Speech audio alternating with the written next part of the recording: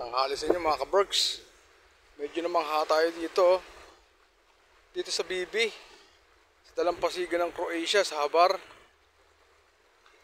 Hindi napabalita na na may Pilipino rin akong huli na na-deport. Dahil pinulutan.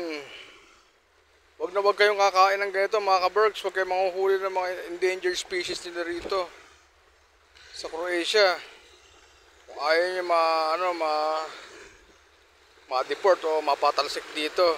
Mahal na mahal nila yung mga alaga nila, mga hayop dito at mga animals and fishes. Meron sila mga welfare act dito. Zoom natin mga ka-Berks ha. Ayan siya mga ka-Berks. Huwag na huwag yung gagawin yun ha. Lalo na nakapasok na kayo ng Europa. O hanggang sa muli mga ka-Berks. Paalam. Ride on.